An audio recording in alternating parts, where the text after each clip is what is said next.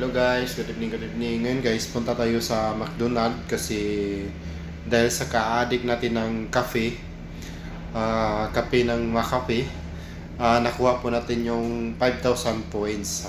Ngayon, pag nakuha mo yung 5,000 points guys, meron kang makukuhang tumbler. Kaya titingnan natin kung legit ba yun na application.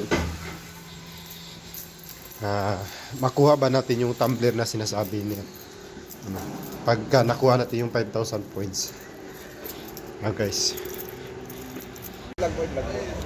hello, good evening. Ito po tayo, nandito po tayo ngayon sa McCafe.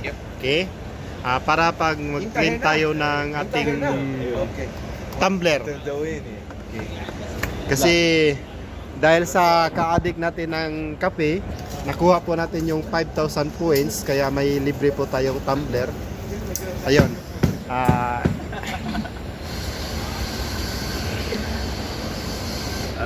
Kaya yan po guys. Dahil bago po siya, kailangan po siyang subukan, lagyan ng laman.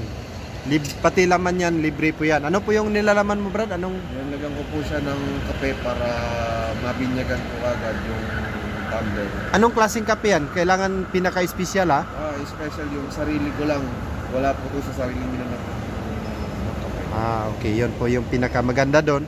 Kasi nakuha mo na yung tumbler mo at saka mayroon pang libre na espesyal daw na Mikos ni Brad Francis. Yan. Espesyal po yan. Masarap yan. Pinakamasarap yan. Wala po yun sa recipe nila. Kumbaga, nasa talent po nila yun. Hindi po yun galing sa ano. Ayan. Tingnan natin. Talagang special ito eh. Talagang wala ito sa ano eh.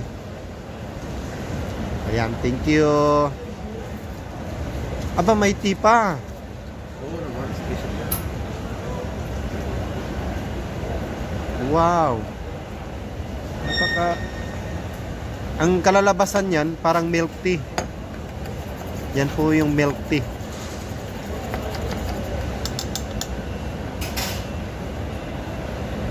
Yan.